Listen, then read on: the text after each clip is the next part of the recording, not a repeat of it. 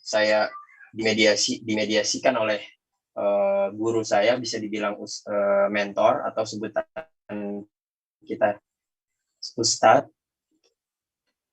Jadi setelah itu saya berkunjung kepada orangnya, lalu orang tuanya berkunjung kepada rumah saya. Nah, setelah itu kita mulai bertanya banyak di situ, hanya lewat grup yang dibuat yang isinya ada saya, calon saya, dan perantara, bisa dibilang perantara. Di situ banyak hal-hal yang ditanyakan.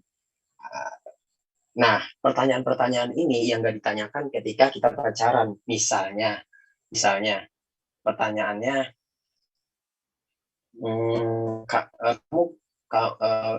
bukan kamu, misalnya siapa ya namanya, Mbak kalau menstruasi itu lancar atau enggak? Ini kan nggak mungkin ditanyain ketika berpacaran. Kenapa ditanyain begini? Karena menstruasi itu sangat berhubungan dengan lancarnya menstruasi, berhubungan dengan ini dia, metabolisme dia kan untuk menikahi yang subur gitu. Itu salah satu di antara indikatornya. Tapi bukan berarti yang nggak lancar dijauhi, bukan begitu. Kalau taruh bertanya lagi, nanti kalau sudah menikah rencananya gimana? Nanti rencananya mau tujuan pernikahan kita seperti apa? Nanti rencana ke depan seperti apa, nanti anaknya mau berapa, nanti anaknya mau dijadikan seperti apa. Itu kan hal-hal yang jarang ditanya ketika berpacaran. Nanti kalau misalnya setelah menikah kamu mau tinggal di mana, nanti mbak nggak aku kamu ya, karena kita kan belum boleh menunjukkan perasaan kita sewaktu taaruf ini. Jadi seperti itu, hal-hal seperti itu yang nggak ditanyakan waktu di saat berpacaran.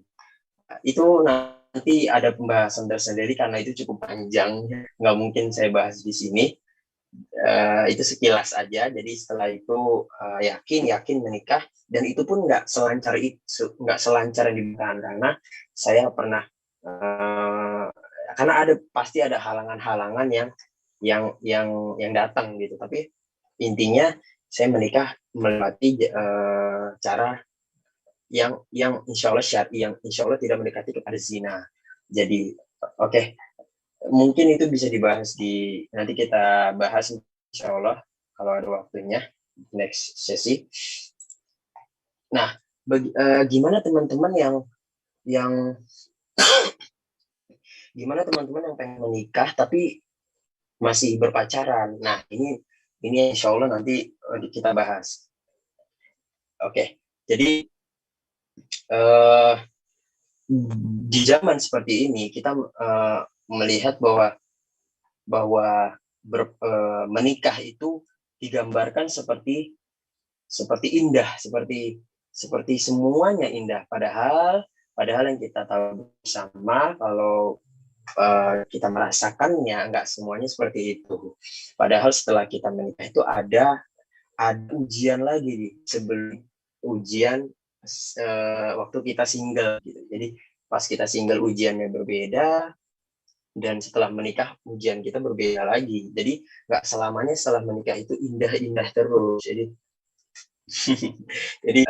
itu anggapan-anggapan yang menurut saya kurang tepat, karena setelah pernikahan itu ada ujian baru lagi yang akan kita hadapi. Oke. Nah, ngomong-ngomong pacaran itu bagi teman-teman yang pengen menikah tapi dia bingung menentukan izin dari orang tuanya. Nah, ini bagian dari izin daripada orang tua.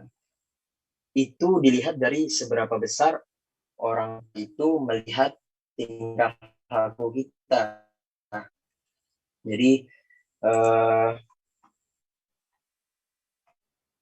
bagaimana orang tua kita melihat sikap kita, bagaimana orang tua kita melihat sikap kita itu dari keseriusan kita. Misalnya kita bertanya pada orang tua kita, Pah atau Mah, gimana pendapat Papa atau Mama kalau aku pengen nikah? Jawaban, kalau yang muncul jawaban ini aja belum beres, nah itu berarti orang tua belum percaya. Tapi kalau dari pertanyaan itu, Mah,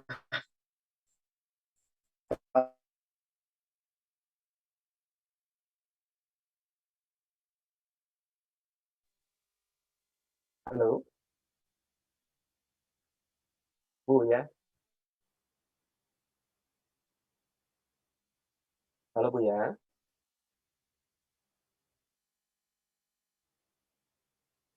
Oke, sebentar ya teman-teman ya.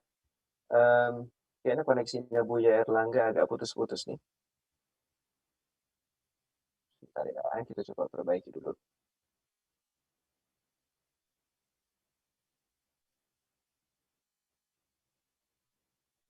Halo Buya.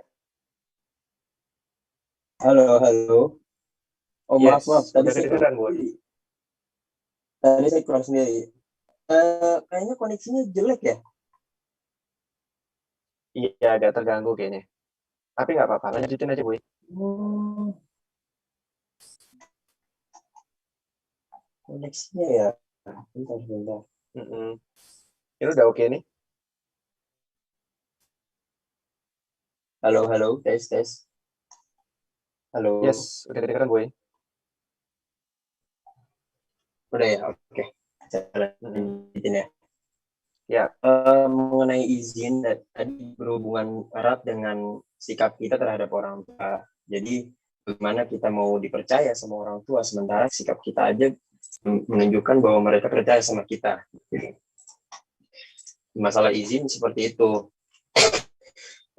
Nah, timbul lagi pertanyaan, ada yang pacaran tapi dia pengen menikah, gimana nikah lalu langsung menikah? Nah, ini menurut saya keliru. Kenapa keliru? Karena kita perlu tahu dulu ilmu pernikahan itu seperti apa. Kita tahu dulu ke depannya itu kita mau mengerti pernikahan itu dengan ilmu seperti apa. Karena di dalam pernikahan itu kita membutuhkan ilmu agama untuk dapat menjalani masalah-masalah yang ada. Karena kematangan sekofah Islam akan menentukan bagaimana kematangan emosional kita, dan juga akan menentukan bagaimana kita bersikap ketika ada masalah, dan ini penting sekali di dalam pernikahan. Jadi saya kurang setuju kalau misalnya ada teman-teman yang masih pacaran, mohon maaf, teman-teman yang masih pacaran, tapi mereka langsung berniat untuk menikah. Mereka pacaran, tapi mereka berhijrah langsung menikah. Itu lebih baik, saran dari saya, itu mereka berhijrah dulu, mempelajari, mengkaji Islam dulu, apa yang dibutuhkan dalam pernikahan. Nah, setelah mereka sudah siap, baru mereka melangsungkan ke jenjang pernikahan. Itu lebih make sense menurut saya, uh, karena mungkin untuk menghindari zina, iya itu bagus, tapi ya tidak ideal, karena kita paham kalau di pernikahan itu bukan cuma cinta dibutuhkan, tapi juga ilmu. Jadi kalau ada yang beranggapan seperti itu saya kurang gitu, karena dibutuhkan ilmu di dalam pernikahan. Oke, lalu setelah gimana kalau kita nggak mau mutusin, ya itu resiko.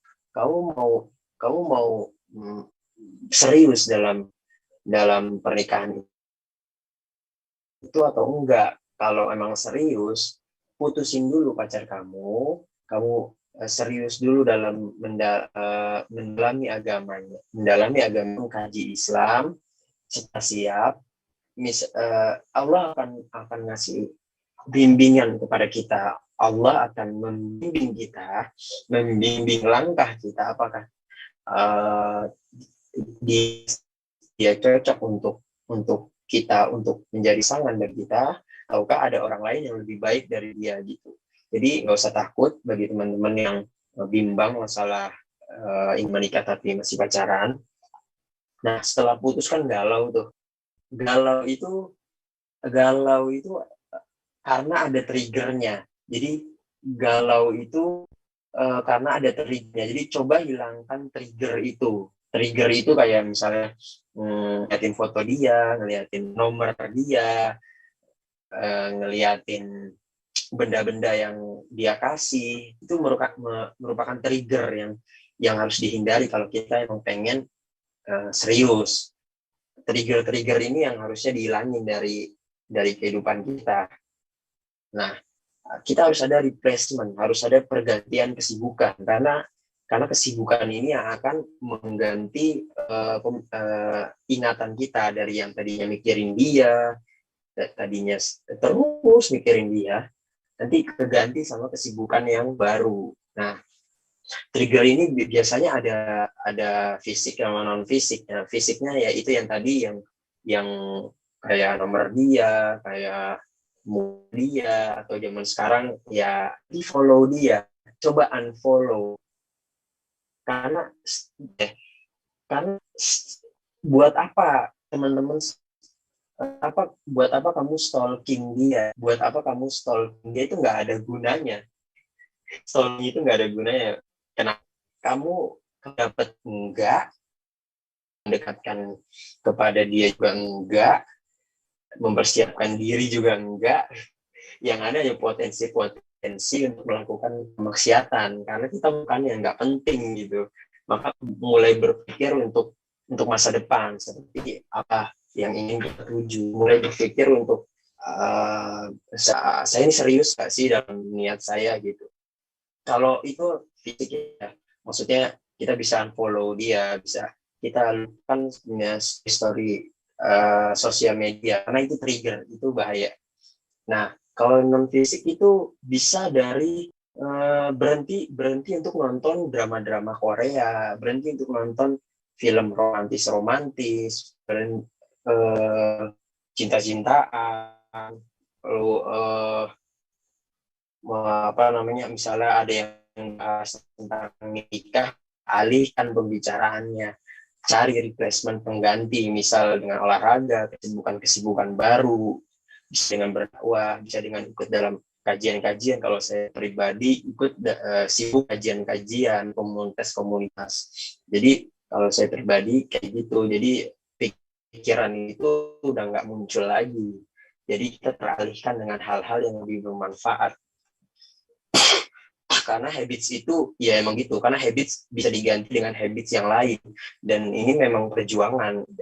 Jadi lambat laun kita akan lebih senang dakwah, lambat laun kita lebih senang dengan kajian-kajian, lebih senang dengan hal yang lebih bermanfaat daripada mikirin dia aja terus yang nggak ada habis-habisnya, yang kita nggak tahu tujuan kita itu untuk apa gitu.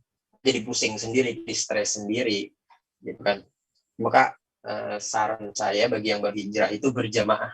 Karena berjamaah ini bisa jadi kita bisa lebih banyak waktu untuk mendalami agama, yang dimana agama ini akan sangat diperlukan ketika kita menikah. Karena yang kayak seperti saya bilang tadi, kematangan sakofah kita akan menentukan bagaimana kematangan emosional kita, dan juga menentukan bagaimana kita bersikap ketika ada masalah. Ya, ini penting dalam pernikahan.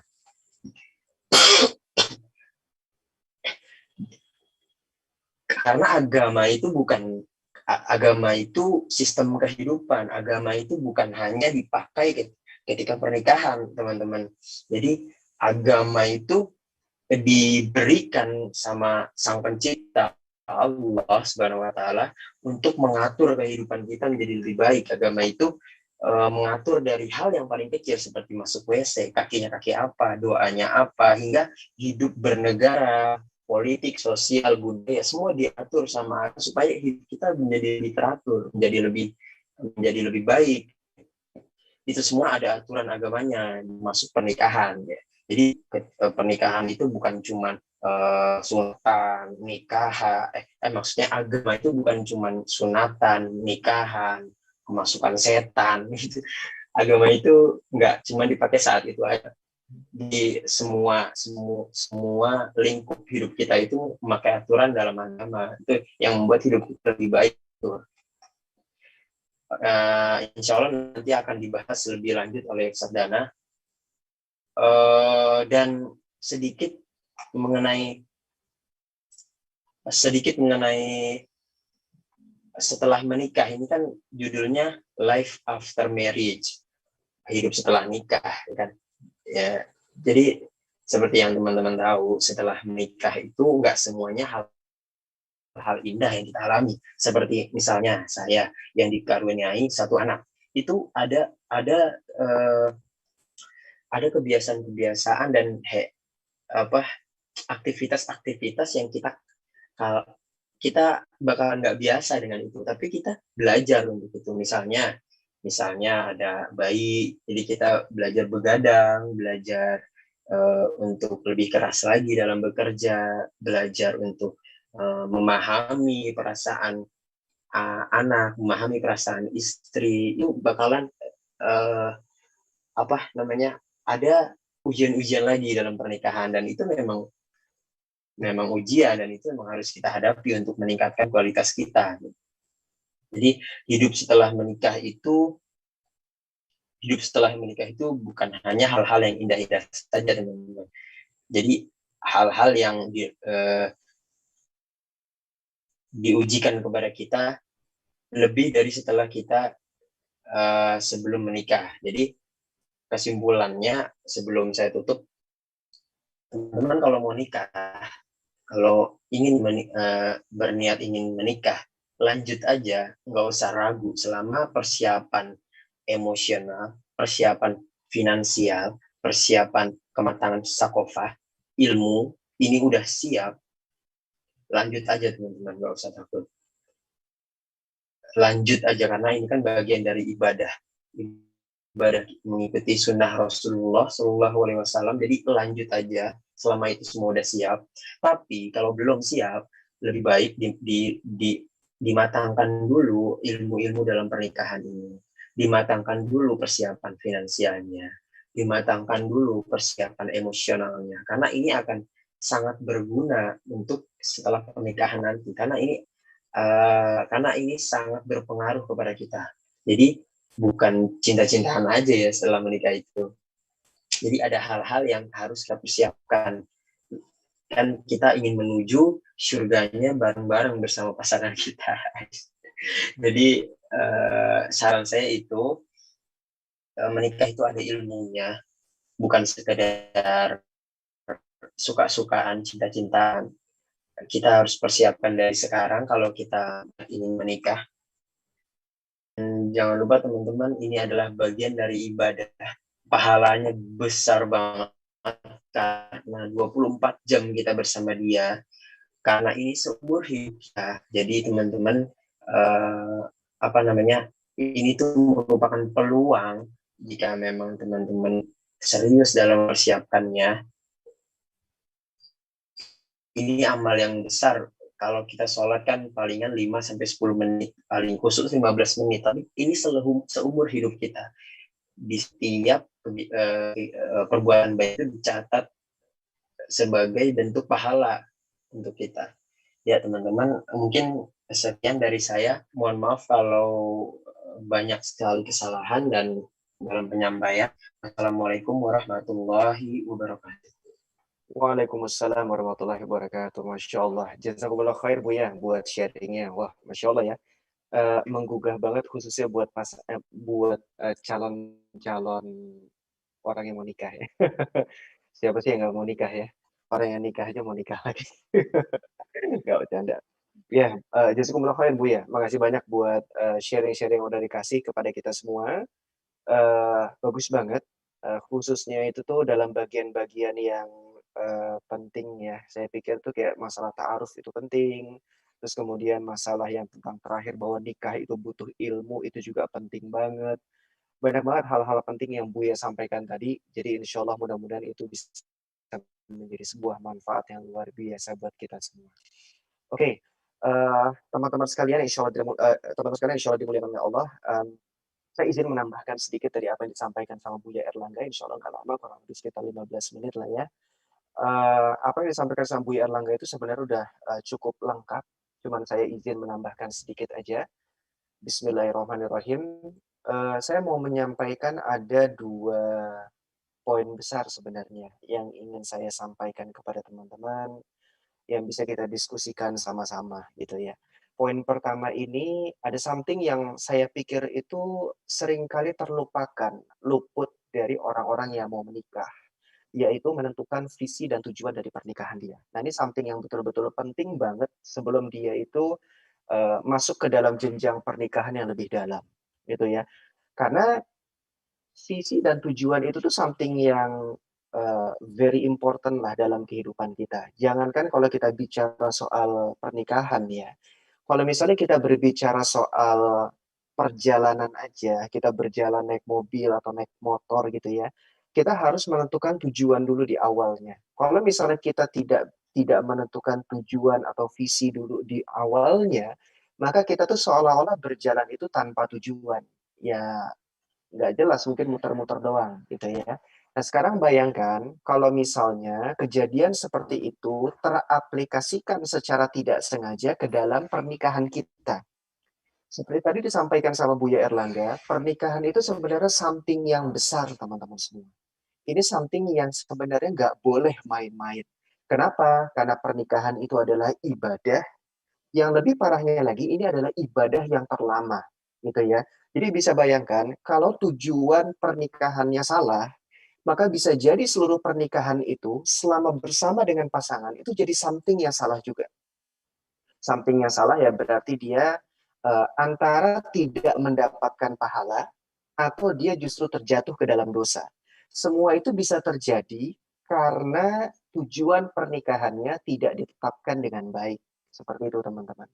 Sama halnya kalau misalnya kita itu tuh udah menentukan tujuan pernikahan di awalnya dengan baik, sesuai dengan tuntunan Allah, sesuai dengan syariat Islam. Maka karena kita menikahnya dengan tujuan yang baik, maka insya Allah segala apa yang terjadi di dalam pernikahan itu akan mendatangkan pahala buat kita. Dan coba kalau kita perhatikan ya teman-teman, hidup di dunia itu kan cuma sementara, gitu ya. Hidup yang kekal itu kan di akhirat, baik di surga ataupun di neraka. Yang berguna untuk bisa memasukkan kita ke dalam surga itu sebenarnya kan bukan pernikahannya, tapi pahala yang kita dapatkan dari pernikahan itu sendiri. Jadi kalau misalnya pernikahan itu tidak mendatangkan pahala, bagaimana mungkin kita bisa mempertanggungjawabkan itu semua di hadapan Allah kelak nanti di akhirat? Nah, itu jadi pertanyaan yang sebenarnya harus menjadi sebuah point of view dan pikiran kita, teman-teman. Maka kalau misalnya kita bicara apa sih sebenarnya tujuan dari pernikahan itu sendiri, visi apa yang harus kita bawa pada saat kita tuh mau menikah. Nah, semua kembali lagi kepada tujuan dari kehidupan manusia yang telah Allah tetapkan di dalam Al-Quran. Bukankah Allah telah berkata di dalam Quran surat Ar-Ra'd ayat ke-11 misalnya, A'udzubillahi minasyaitonirrajim, wa ma khalaqtul jinna wal insa illa liya'budun. Tidaklah Allah ciptakan jin dan manusia kecuali untuk beribadah kepadaku. Nah, makna kata ibadah ini maksudnya adalah supaya kita senantiasa bertakwa dan mendapatkan pahala dari setiap kehidupan. Jadi, kalau misalnya kita bisa simpulkan, tujuan atau goal utama dari kehidupan semua manusia, baik itu yang udah nikah kek, belum nikah kek, misalnya seperti itu, laki kek, perempuan kek, tujuan utamanya sebenarnya ibadah. Dalam arti kata, takwa pahala. Jadi kita harus menjadikan kehidupan kita bertakwa kepada Allah, dari situ kita akan mendapatkan pahala. Karena itu adalah goal atau tujuan utama manusia secara umum, maka pernikahan kita pun tidak boleh keluar dari tujuan dan visi tersebut, teman-teman semua. Maka kalau misalnya kita bicara apa sih tujuan atau visi pernikahan yang sesuai dengan syariat Islam, maka pernikahan itu harus membuat kita menjadi orang yang semakin mudah bertakwa dan mendapatkan pahala lewat segala aktivitas dalam pernikahan. Nah, maka kalau misalnya ternyata ya, dalam pernikahan kita kok, kalau kita perhatiin, kok kita tuh malah semakin jauh nih dari ibadah yang baik kepada Allah, misalnya seperti itu. Atau dengan menikah justru membuat kita tuh justru semakin sulit dalam berdakwah, misalnya seperti itu. Atau justru dengan menikah membuat kita tuh jadi semakin tidak bisa sabar dan tabah dalam menghadapi segala persoalan hidup, maka tandanya visi dan tujuan pernikahannya pasti ada yang salah. Kalau misalnya udah salah begitu, better diperbaikin dari sekarang. Berdua sama istri. Kenapa harus berdua, teman-teman? Nah, ini juga penting, teman-teman semua. Sebenarnya kalau kita perhatikan, kenapa kok di minggu kemarin kita bicara soal hijrah? Tadi sempat disampaikan sama Buya Erlangga, dan itu bagus banget. Kata Buya Erlangga, pernikahan itu yang paling baik itu diawali dari hijrah. Pribadi-pribadi. Kitanya hijrah, calon pasangan kita juga hijrah. Kenapa kok dimulainya baik dari hijrah dulu, teman-teman? Sebenarnya proses hijrah itu memperbaiki pola pikir kita, membuat kita tuh jadi tahu kalau visi dan tujuan hidup kita itu hanya untuk beribadah kepada Allah. Jadi sebenarnya proses hijrah itu bukan cuma semata-mata memperbaiki ibadah ritual saja. Yang paling penting dari proses hijrah itu memperbaiki apa yang ada dalam otak dan pikiran kita. Membuat mindset-nya lebih baik tentang kehidupan. Nah, pada saat dia tuh menikah setelah hijrah, maka harapannya pernikahan itu pun berdasarkan mindset ibadah, teman-teman semua. Maksudnya, pernikahan itu tujuannya adalah untuk beribadah, untuk bertakwa dan mendapatkan pahala dari Allah semata. Nah, coba perhatiin, sebelum menikah, kita mengemban visi dan tujuan hidup dari Allah itu sendirian kan?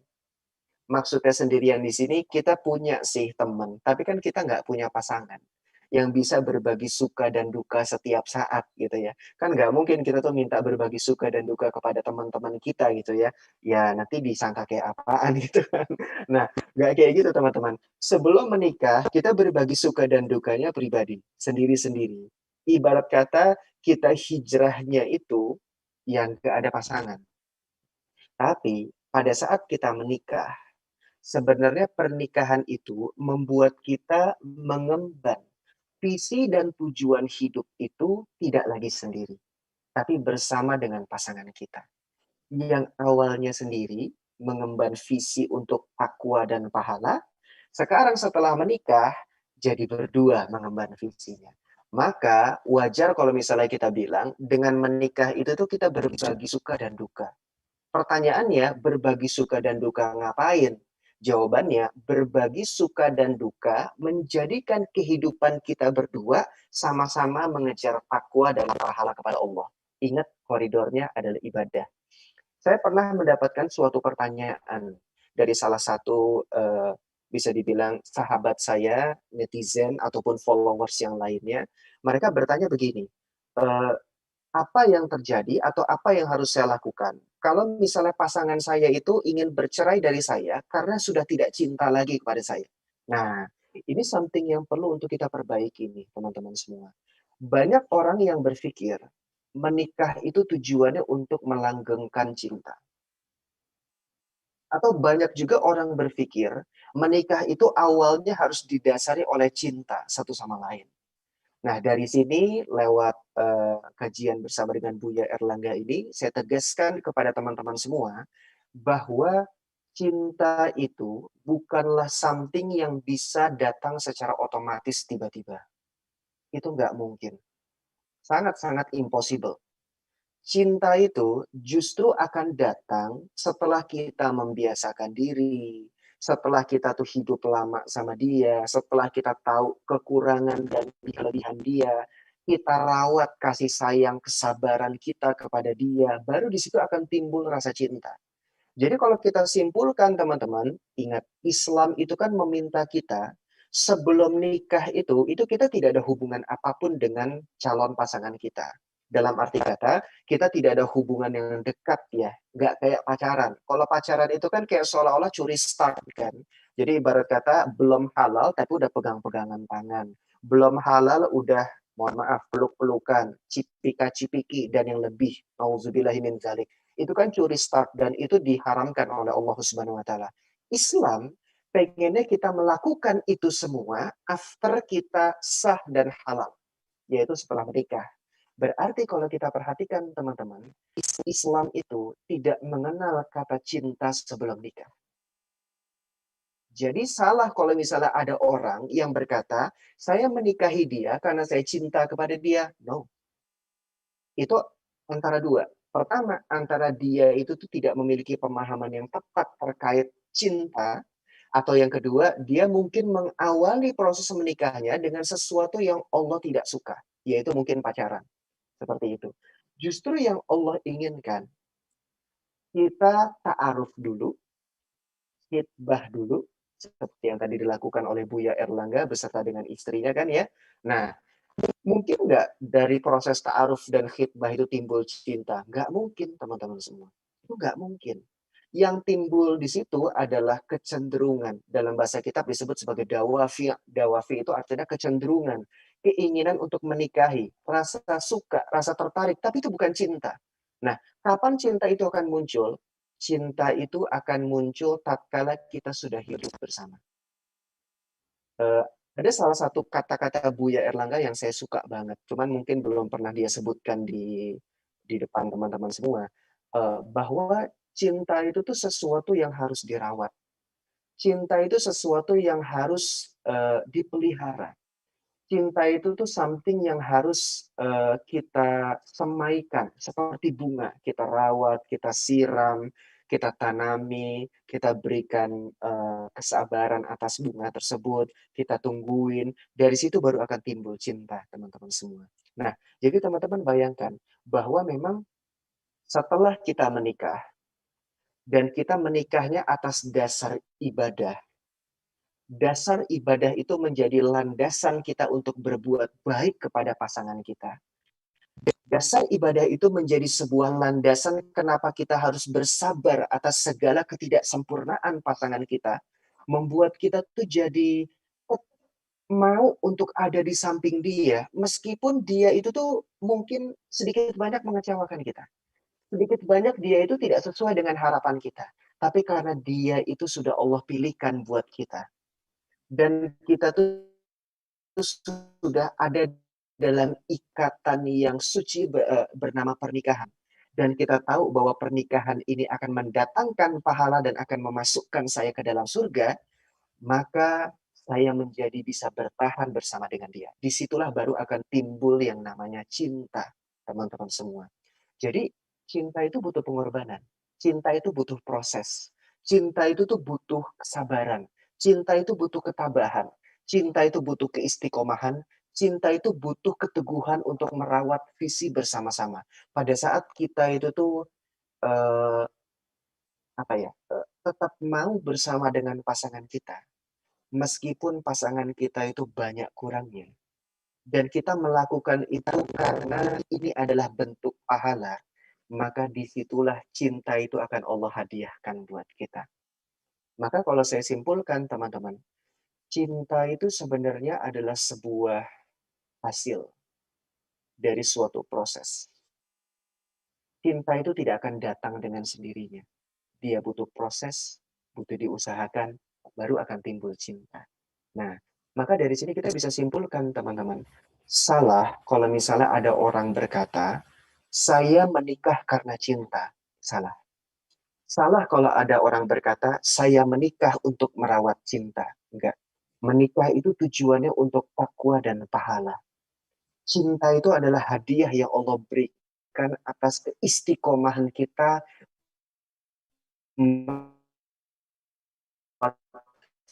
dan pahala, teman-teman semua. Itu yang sebenarnya dulu kalian. Suara saya masih terdengar dengan baik? Masih? Oke ya, siap kalau gitu. hati-hati dengan kata-kata cinta. Di zaman sekarang itu banyak orang itu yang terbuai dengan kata-kata cinta. Sementara proses untuk mendapatkan cinta itu tidak sesuai dengan syariat. Otomatis rasa cinta yang dia dapatkan itu murni karena nafsu semata. Dan cinta seperti itu tidak akan mendatangkan pahala. Kalau something yang tidak mendatangkan pahala, yaitu something yang sebenarnya itu sia-sia. Itu tidak berguna sama sekali, teman-teman semua. Maka tinggalkan saja cinta-cinta yang tidak mendatangkan pahala seperti itu. Hati-hati teman-teman, tujuan kita dalam hidup, dalam pernikahan, itu murni hanya untuk beribadah kepada Allah semata. Takwa, pahala. Takwa dan pahala ini yang akan bisa menyelamatkan kehidupan pernikahan kita. Kalau kita menikah hanya berlandaskan kepada cinta semata, hanya untuk mengejar cinta manusia semata, camkan baik-baik, cinta itu akan mungkin membuat pernikahan kita porak-poranda, teman-teman semua. Maka jangan mengejar cinta manusia, kejarlah takwa dan pahala dari Allah semata, maka insya Allah cinta itu akan Allah hadiahkan buat kita. Nah, itu poin pertama, teman-teman semua. Poin kedua, kita berbicara tentang life after marriage atau kehidupan yang real setelah pernikahan. Teman-teman, saya memang belum menikah lama. Saya baru menikah itu Agustus ini tuh menjelang 6 tahun. Jadi anggaplah 5 tahun lebih ya, menuju ke 6 tahun di tahun 2021 ini, teman-teman semua. Tapi dari pernikahan yang baru seumur bawang ini, saya mendapatkan suatu hikmah bahwa memang pernikahan itu tidak selalu 100% itu menyenangkan. Jadi kalau misalnya di luar sana ada ustadz-ustadz yang berkata bahwa nikah itu tuh enak banget gitu misalnya ya teman-teman ya. Enaknya cuma sedikit, sisanya enak banget itu. Eh, itu adalah sebuah cara dari asatis itu untuk memotivasi kita untuk menikah. Itu something yang sebenarnya bagus teman-teman semua. Kenapa? Karena memang menikah itu tuh sesuatu yang bagus gitu ya. Menikah itu tuh suatu ibadah yang sangat gede pahalanya, betul kata Buya Erlangga tadi gitu ya. Menikah itu tuh something yang menyenangkan di sisi Allah Subhanahu wa taala gitu ya. Dan yang pasti menikah itu tuh something yang setan sangat-sangat tidak suka gitu ya. Setan itu kan musuh kita kan teman-teman. Maka sesuatu yang tidak disuka sama setan ya harus kita lakukan. Termasuk salah satunya menikah gitu ya. Ada banyak banget kebaikan dari menikah. Tapi teman-teman, tapi lewat forum ini saya sampaikan belak-belakan kepada teman-teman semua. Teman-teman harus tahu, after marriage itu tidak 100% menyenangkan. Jadi, dalam kehidupan pernikahan itu yang saya perhatikan, butuh banyak kesabaran, butuh banyak ketabahan, butuh banyak legowo menerima kekurangan pasangan. Karena teman-teman bayangkan dalam proses ta'aruf dan khitbah, apakah mungkin kita tahu 100% kekurangan calon pasangan kita? Jawabannya enggak, teman-teman. Pacaran apalagi? Apalagi pacaran, teman-teman. Ta'aruf dan khitbah aja nggak bisa membuka 100% bagaimana kekurangan pasangan, apalagi pacaran, teman-teman semua. Yang pacaran itu tidak Allah ridhoin. Jadi, secara logika, setelah kita menikah, wajar kalau misalnya kita mendapati ada banyak hal dalam pasangan kita yang ternyata tuh tidak sesuai dengan keinginan kita. Dan itu tuh something yang sebenarnya itu tuh ya memang apa adanya kayak begitu, gitu ya. Wajarlah kita tuh di raise atau dibesarkan di dua lingkungan yang berbeda dengan pola asuh yang berbeda, pola pikir yang mungkin berbeda, yang mempersatukan kita mungkin hijrah gitu ya. Atas dasar hijrah itu kita mencoba memperbaiki mindset sehingga kita bisa menikah, gitu kan ya teman-teman ya. Dan satu hal yang penting yang saya itu dapatkan dari proses 6 tahun menikah ini teman-teman. Dari sini saya bisa mendapatkan sebuah hikmah. Eh, yang kita nikahi itu bukanlah perempuan yang sempurna. Kita tidak menikahi bidadari. Seperti halnya para perempuan itu tidak menikahi para penduduk surga. Tidak menikahi lelaki sempurna. Karena kata Rasulullah SAW dalam sebuah hadisnya itu, kamulam minar rijali katsir, walam yaklam minan nisa illa arba'ah. Laki-laki yang sempurna itu jumlahnya banyak, para nabi dan para rasul. Sementara perempuan yang sempurna jumlahnya hanya ada 4, teman-teman. Para nabi dan para rasul sudah meninggal dunia. Perempuan sempurna sudah meninggal dunia semua. Jadi satu hal yang penting kita tahu bahwasanya memang perempuan yang kita nikahi itu bukan bidadari, bukan perempuan sempurna. Maka wajar kalau dia itu penuh dengan kekurangan. Tapi kita yakin satu hal, teman-teman. Selama kita itu menikahi dia atas dasar takwa dan pahala, dan dia pun menikahi kita atas dasar takwa dan pahala juga, yakinlah perempuan yang tidak sempurna ini akan terus mencoba untuk memperbaiki kesalahan dia hanya untuk mengejar takwa dan pahala dari Allah.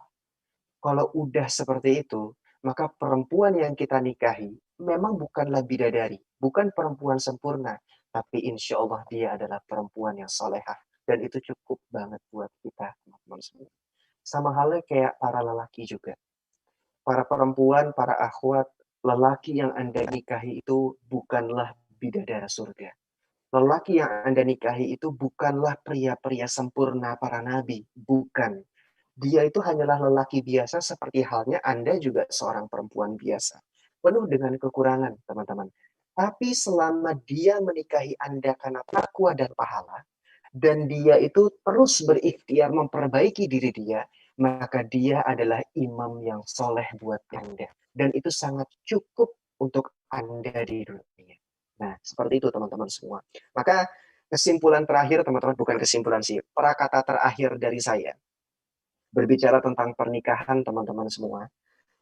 Nikah itu memang, eh, nikah itu memang, apa ya, saya katakan itu, eh, ibadah. Itu betul.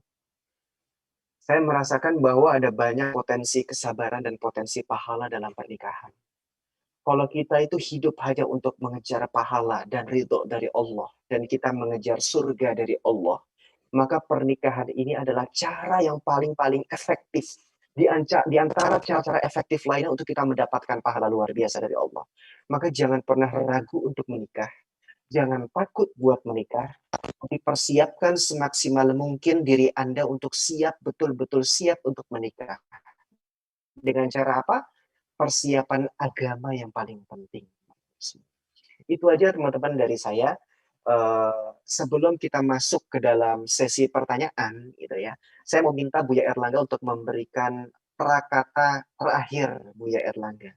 Gak usah banyak-banyak Buya, mungkin sekitar 1 menit saja. Prakata terakhir, kesimpulan dari apa yang Buya sampaikan. Saya juga akan sampaikan prakata terakhir, kesimpulan dari apa yang saya sampaikan. Setelah itu kita masuk ke dalam sesi pertanyaan. Tafadhol Buya.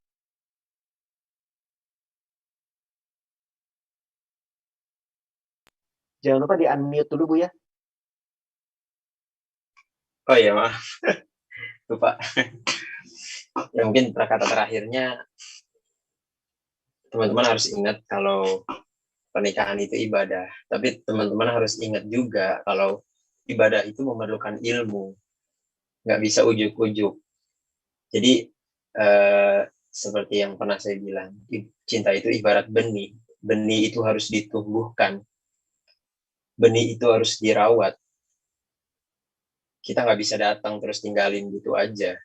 Kita harus rawat benih itu hingga ia bertumbuh semakin tinggi, akarnya kuat di dalam dasar, dan buahnya merupakan untuk manfaat untuk orang-orang di sekitarnya. Seperti itulah cinta, teman-teman. Cinta itu akarnya kuat di dalam dasar, dan buahnya mampu untuk memberi manfaat bagi sekitar. Ya, mungkin itu aja dari saya. Alhamdulillah, barakallah Buya. Jazakumullah khair. Nah, kalau dari saya, teman-teman sekalian yang insya Allah dirahmati oleh Allah, para netizen dan viewers dari channel YouTube dari Gerakan Hijrah dan Dakwah, prakata terakhir dari saya, pernikahan itu 40%-nya itu sedih, susah, dan kecewa. 60%-nya itu rasa suka, senang, lagi membuat hati berbunga-bunga. Tapi teman-teman, pernikahan itu sepenuhnya 100% nikmat dan membuat hati bahagia. plus pahalanya luar biasa. Wih, Itu aja dari saya teman-teman semua. Masya Allah. Makasih buat Masya Buya Allah, Erlangga, siap. makasih buat teman-teman yang tetap setia Makasih, siap. menikmati channel YouTube dari Gerakan Hijrah dan Dakwah. Jangan lupa sebelum kita masuk sesi pertanyaan, jangan lupa subscribe channel YouTube Gerakan Hijrah dan Dakwah. Nyalakan loncengnya sehingga kalau ada video-video terupdate teman-teman langsung bisa dapat. Share video ini kepada siapapun yang teman-teman rasa itu akan membuat kebaikan buat mereka. Insya Allah pahalanya buat kita semua. Oke. Kita masuk ke sesi pertanyaan nih Bu ya. Sesi pertanyaan nih gini Bu. Sebentar ya, saya buka dulu ya. Sebentar. Teman-teman kalau ada saran pertanyaan silakan yang live masuk. chat ya. Betul. Oke. Ada juga pertanyaan yang masuk di bentar ya, mana ya? kolom live Ada yang chat, masuk di ada live juga chat. yang masuk di IG. Terserah mau bahas yang mana, Ustaz. Oke, siap. Sebentar ya. Mana ya? Ini dia nih. Nah ini Bu, ada satu pertanyaan yang bagus banget. Pertanyaannya gini. Nah, ada yang belum sekolah. Misalnya contoh, ibu atau orang tua ternyata tuh ada kebutuhan apa yang sifatnya mendesak. Nah, gimana Bu? Dari sisi kita, dari sisi pribadi udah ngumpulin, baiknya seperti apa tuh Bu? Silakan Bu.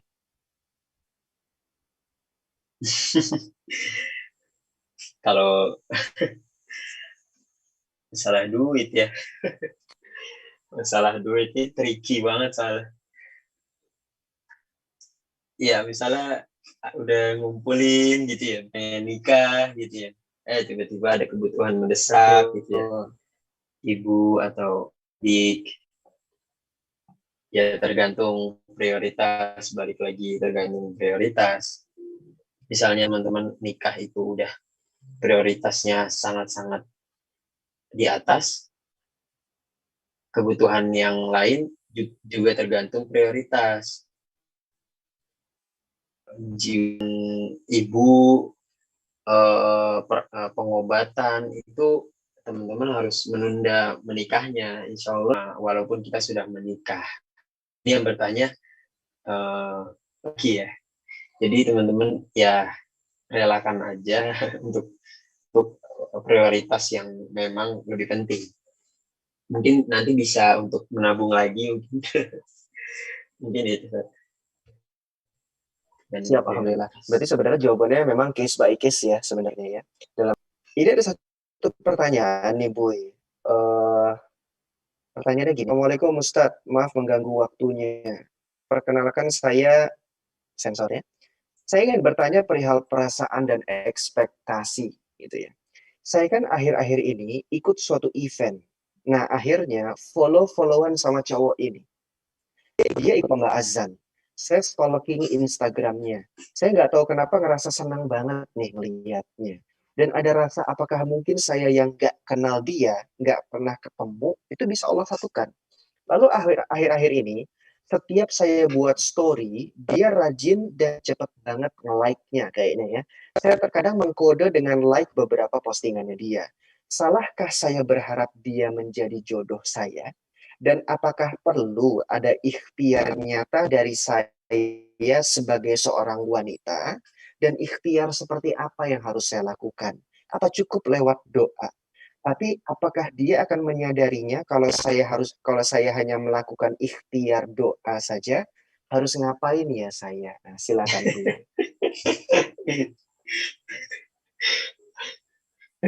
Bingung ya?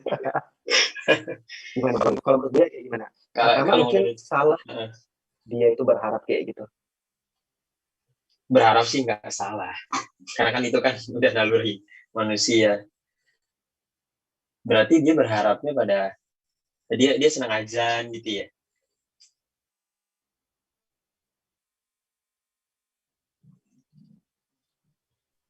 Lanjut, Wei. Nggak salah. Itu respon ya, terhadap lawan jenis itu memang ada. Dan kalau untuk ikhtiarnya, ikhtiarnya seperti Bunda Khadijah ya, kita lihat sebagai panutan kita. Bunda Khadijah itu kan wanita, tapi dia nggak segan untuk meminta meminta meminta untuk di Rasulullah itu meminang dia untuk menikahi dia. Jadi sebagai wanita itu juga nggak boleh nunggu bola, dia harus jemput bola ibaratnya. Jadi dia maksimalkan dalam persiapannya, dia juga berusaha jemputan itu. Nah, penjemputan itu bukan hanya dilakukan dalam sisi pria, wanita pun perlu penjemputan itu. Penjemputannya gimana? Penjemputannya kalau wanita itu ya dia bertanya melalui temannya, teman teman wanita teman dia yang wanita, atau bertanya dengan gurunya atau ustadznya yang dia kenal. Itu bisa untuk bertanya, nggak usah malu karena itu nggak sesuatu bukan sesuatu yang tercela juga jika dilakukan dengan cara yang ahsan. Dan doa itu perlu, penting, tapi seperti yang saya bilang tadi, jemput juga bola, bukan hanya menunggu bola datang. Mungkin itu. Iya, Boy, Masya Allah. Jazakumullah khair, Boy, buat jawabannya. Mantap. Memang nggak salah berharap ya sebenarnya ya. Yang penting harapannya itu tuh masih dalam koridor sesuai syar'i gitu lah ya, kurang lebihnya Bu ya. Iya.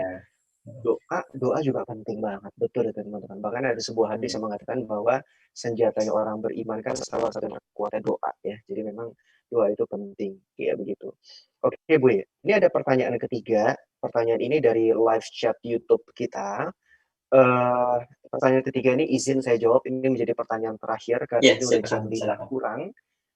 Pertanyaan Iya. terakhir ini dari ini nggak apa-apa ya saya kasih tahu namanya ya karena tertulis juga di live chatnya. Jadi percuma juga saya tutupin. Dari Dina Subur Abadi. Ya, ini mungkin Mbak Dina ya. Saya mau tanya, banyak fenomena nikah muda, tapi masalah. Oke, nikah muda masalah. Oke, nasihat buat saya yang ingin nikah muda gimana Ustadz? Oke, makasih Mbak Dina atas pertanyaannya. Sebenarnya begini, eh, nikah muda itu sebenarnya bukan fenomena, itu something yang sebenarnya biasa. Kenapa? Karena memang pernikahan itu bukan soal tua atau muda. Nikah itu bukan soal usia, tapi nikah itu tuh soal komitmen untuk menjaga visi dan tujuan bersama untuk meraih takwa dan pahala dari Allah.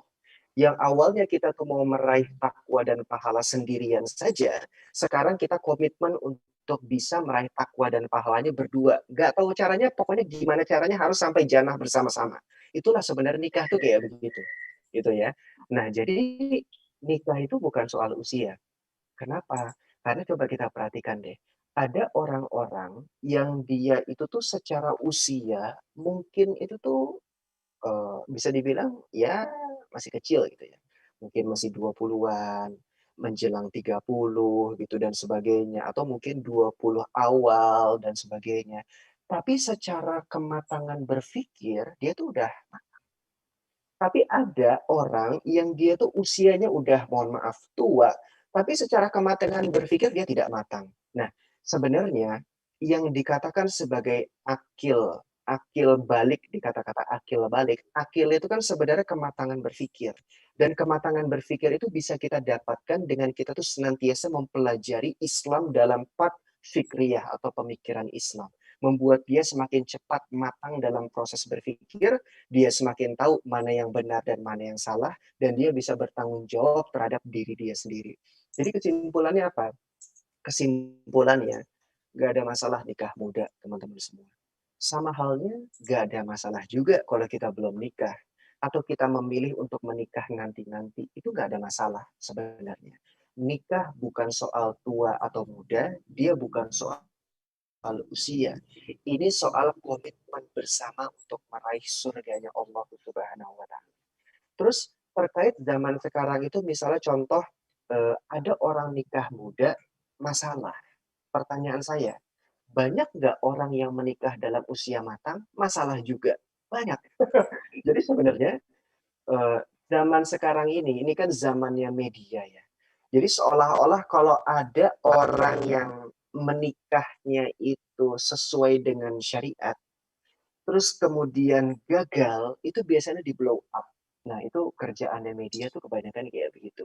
Membuat kita yang mendengarkan menjadi punya opini atau pemikiran nikah muda kok banyak masalah ya. Padahal sebenarnya enggak juga, teman-teman semua. Banyak orang nikah muda, nikahannya itu baik-baik saja. By the way, nikah itu wajar ada masalah ya. Itu wajar. Jadi, ya hidup sendiri aja ada masalah, banyak masalah, apalagi nikah. Maka nikah wajar banyak masalah. Cuman lewat masalah itu kita kan diuji komitmen hidup bersamanya sebenarnya. Lagi-lagi cerai atau tidak itu adalah pilihan. Itu ya teman-teman ya. Orang yang nikah muda banyak loh yang masih survive sampai sekarang. Contoh, emang Ustadz Felix dan Umu Alila itu nikahnya nggak muda. Muda juga. Survive kan sampai sekarang. Apalagi misalnya contoh, anak-anak hijab Alila itu, apakah nikahnya nggak muda? Muda nikahnya. Tapi apakah survive? Alhamdulillah masih banyak yang survive sampai sekarang, meskipun pernikahannya baru seumur jagung, gitu misalnya. Saya itu nikahnya itu cukup di usia yang udah nggak muda. Saya ingat saya itu nikah di usia sekitar 28, istri 27. Bagi sebagian orang, itu dianggap nikah yang usianya itu tuh cukup matang. Bahkan bagi perempuan 27 itu udah terlalu lama nikahnya. Kasarnya seperti itu. Tapi apakah dengan saya menikah di usia matang menjamin kalau pernikahan saya nggak ada masalah? Enggak. Banyak juga masalahnya. Sama aja teman-teman semua. Jadi sebenarnya mau nikah muda kek, mau nikah usia tua atau Bukan matang soal kek, usia ya. betul bukan soal usia. Masalah sih pasti ada aja. Tapi masalah itu sebenarnya itu menjadi ujian bagi komitmen pernikahan. Kalau misalnya kita sabar, kalau misalnya kita tabah menghadapi masalah itu, percayalah teman-teman, kunci utamanya itu visi dan tujuan pernikahannya. Kalau visi dan tujuan pernikahannya itu untuk Allah, apapun kesulitan yang kita alami dalam pernikahan itu, insya Allah kesulitan itu akan memberikan pahala buat kita. Apapun kesabaran yang kita harus berikan kepada istri kita, karena mungkin atau suami kita, karena mungkin kita harus ngalah duluan, kesabaran kita tuh pasti akan mendatangkan pahala. Kenapa? Basis tujuan visi pernikahannya itu untuk Allah. Maka insya Allah segala apa yang dilakukan dalam pernikahan itu, mau itu susah, senang, sedih, suka, duka, itu semua akan memberikan pahala buat kita semua. Maka yang paling penting, persiapan ilmu agama.